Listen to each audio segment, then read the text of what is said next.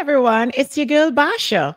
You know, I have had the absolute pleasure of sitting down with some incredible athletes over the years, not just as a sports agent, but as a media and PR consultant.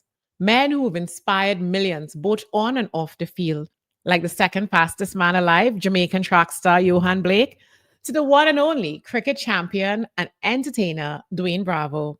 And of course, my fabulous husband, hard hitting batsman, Ricardo Powell.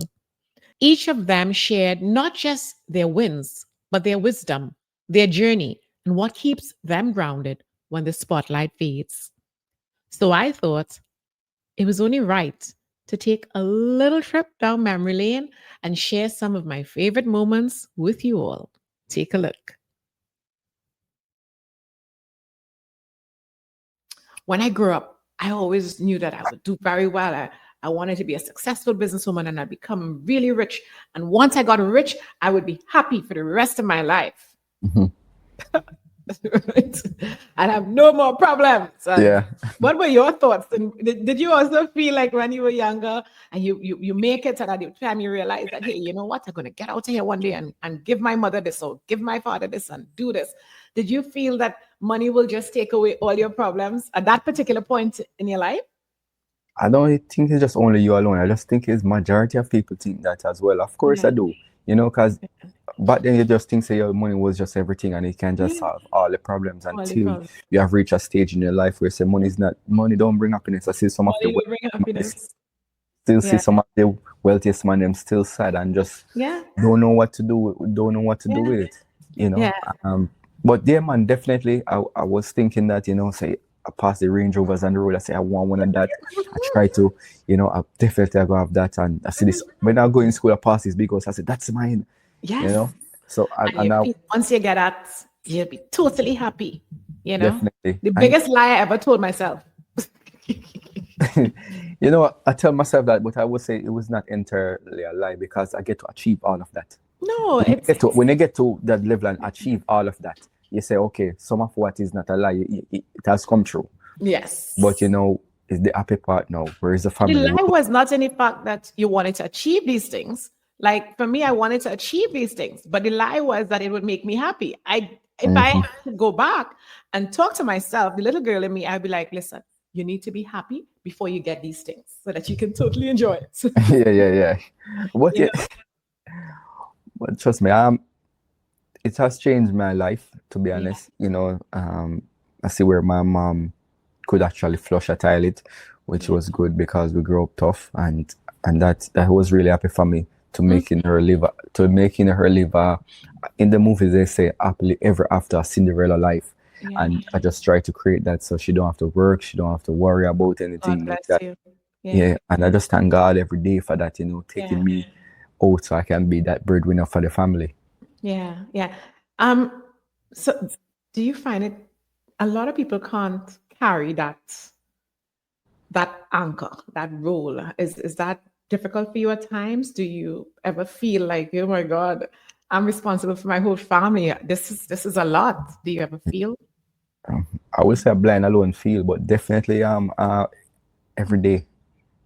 Every day, because there's always wanting more and they're always wanting more and there's always problems. And the cost of living in Jamaica is not that easy, and when you're the breadwinner doing everything, paying the bills, doing that, it's not easy. And when sickness can take away everything, all of that money that you have worked for. Yeah. But I thank God he has put in me in that position and can provide for me each and every day. So I can. Yeah. Well, I have a thing that say money might run low, but it will never run out for God's people. So it will continue to flow so that you can continue to be that anchor, because clearly that's something that you enjoy and you feel that, would you say that you're happy? Right now definitely. I would say I'm happy. Yeah. How do you define happiness? The people around you, the heart that you have. Is not about having the money. It's about what you can do and how much life you can touch. And when you touch that life and you see that person, I built a house for a lady, and just the joy on her face is what you can do for people. Yeah. And how we can change a nation. Yeah. You understand when you touch life and see the joy that it brings to you. Yeah. Yeah. Yeah, I get a lot more support and love from the Jamaican artists Mm. than the local ones there. Wow. I just felt Not that surprised, but wow.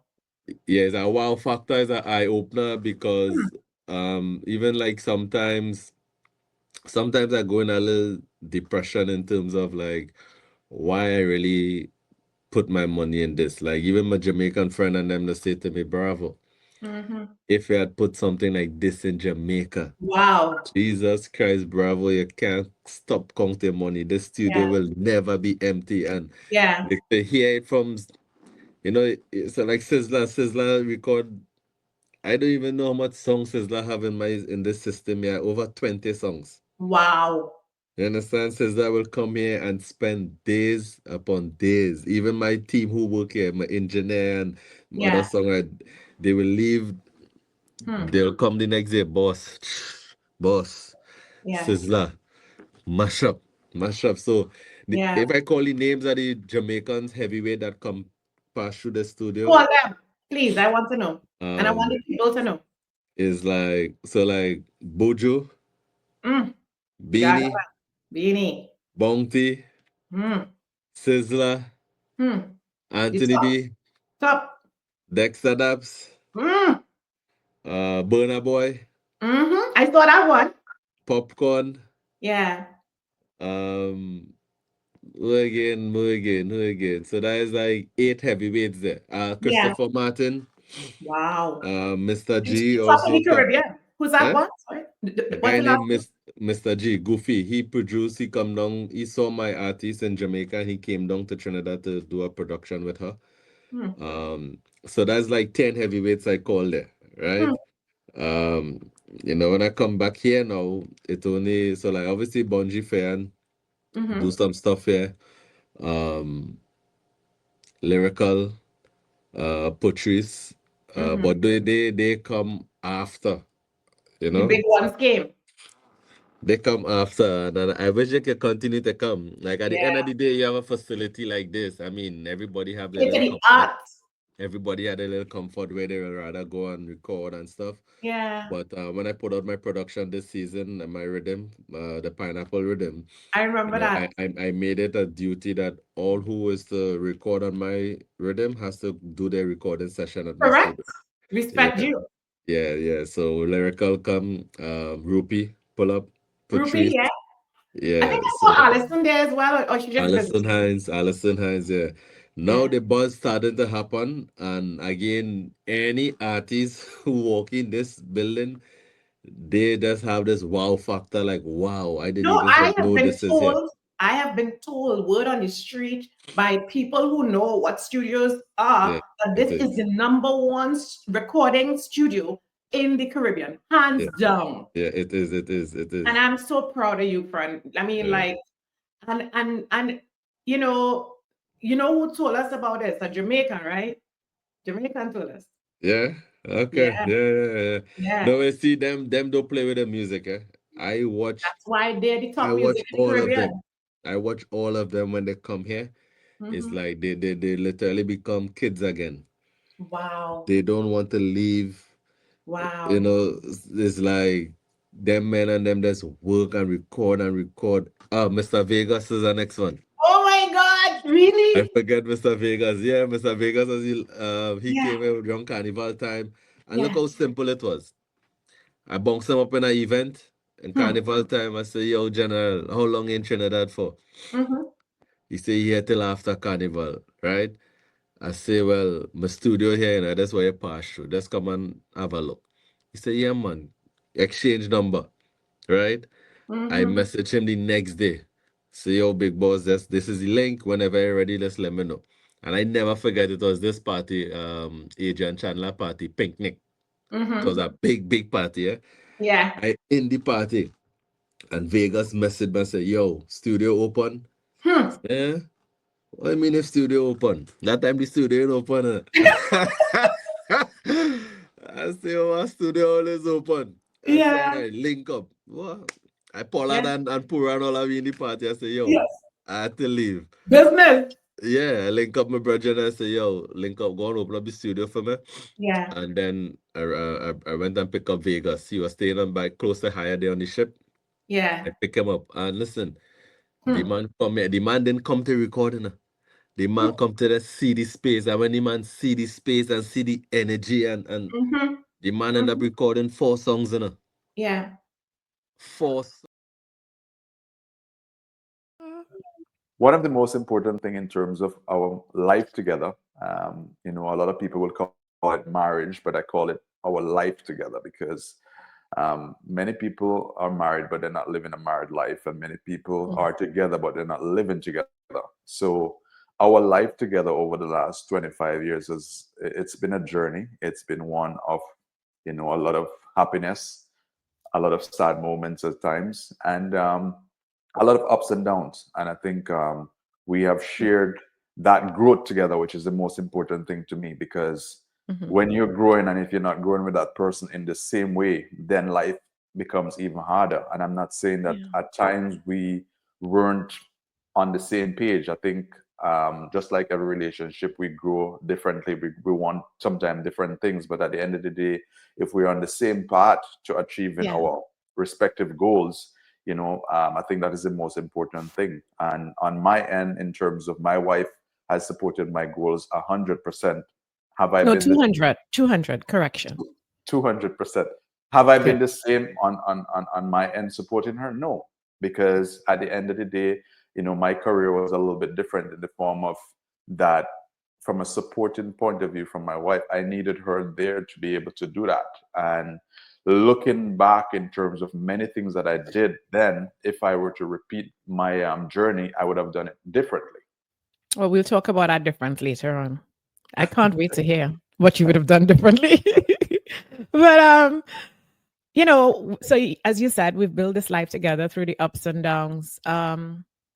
What has marriage taught you, our marriage, about love and commitment? What I should say, let me don't put words in your mouth. What stands out most? What lesson stands out most for you in our marriage? That is important, that you love and support your partner more than you would even want to support yourself.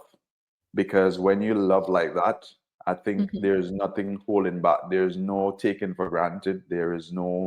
Um, there is nobody like feeling left behind. And for me, in terms of over the years, that is something that I have taken for granted in many mhm. areas. And with maturity, over the years, I've grown in those areas. And I think that is something that I don't ever want to take for granted. And that is where I said that experience and growth is so important because Did I as do men, that for you? oh, Not yes, to I cut you. mean, Okay. without a doubt. And I said that as Mhm, men, or as grown men, I mean, we don't recognize things that our mhm, partner is sacrificing for us day in day out, because we just think that it's a given. Our wife is there; they're there to support us, and we are on our journey, and we're not thinking about, okay, what about them? So what it is that they want. And I'm not saying that I have not supported my wife in different era, but paying attention day in day out just to see her needs while she support mine, those are things that I took for granted in mhm. our relationship. Yeah. Agreed. Yeah, yeah. Agreed. Um, and I also feel like, I want to keep it real with everyone. Like if I were to sum up my favorite years in our marriage, Hmm. um, I always say, let me say this, right? Uh, let's talk about the tough times. I'm gonna just identify the years that weren't my favorite. Hmm. 2021 to 2025 were not my favorite years in my marriage, hands down. Why? Which years weren't your why? Okay. Since you're doing the interview now, um, here's why. Today is a significant day. I always boast and I tell people, I said 16 years ago when I was diagnosed with breast cancer, Hmm. and God, I begged him. I said, please don't take me from my children. Please don't take me from my family. I'm not finished. And he delivered, praise God. You never ever made me feel less than. I never felt more loved, more cherished. I was going through a cancer diagnosis with no hair on my head. I did a bilateral mastectomy, which was a decision we both take because we prioritize life over aesthetics, and other challenging surgeries, right? And I never one day felt like you weren't in love with me and that you weren't paying attention. A very dear friend of ours, and you know her name, older than us, and she's played a matriarchal role in our lives. She said to me, she remember standing in the room. Of course, I am not aware of what's going on. And the doctor prescribed a certain medication, and instantly you asked for another medication because you knew that it was a trigger. And she said, I've never seen a husband so in sync. And she was right. So much so that after 21 years being with you, when I started to see that we weren't that in sync and you weren't on the same page as me, I thought I was tripping because your track record was so impeccable. I was like, nah, maybe I too needy. No, maybe I this. I started blaming myself again. I'm like, man, like, oh, man, you need to relax and stuff. So so for me, the gold standard that was set was a stark contrast. By 2021, I was seeing a different person evolving, and I know that we're not somebody said every decade you're a different person, right? But it became very clear to me that we weren't growing in the same direction.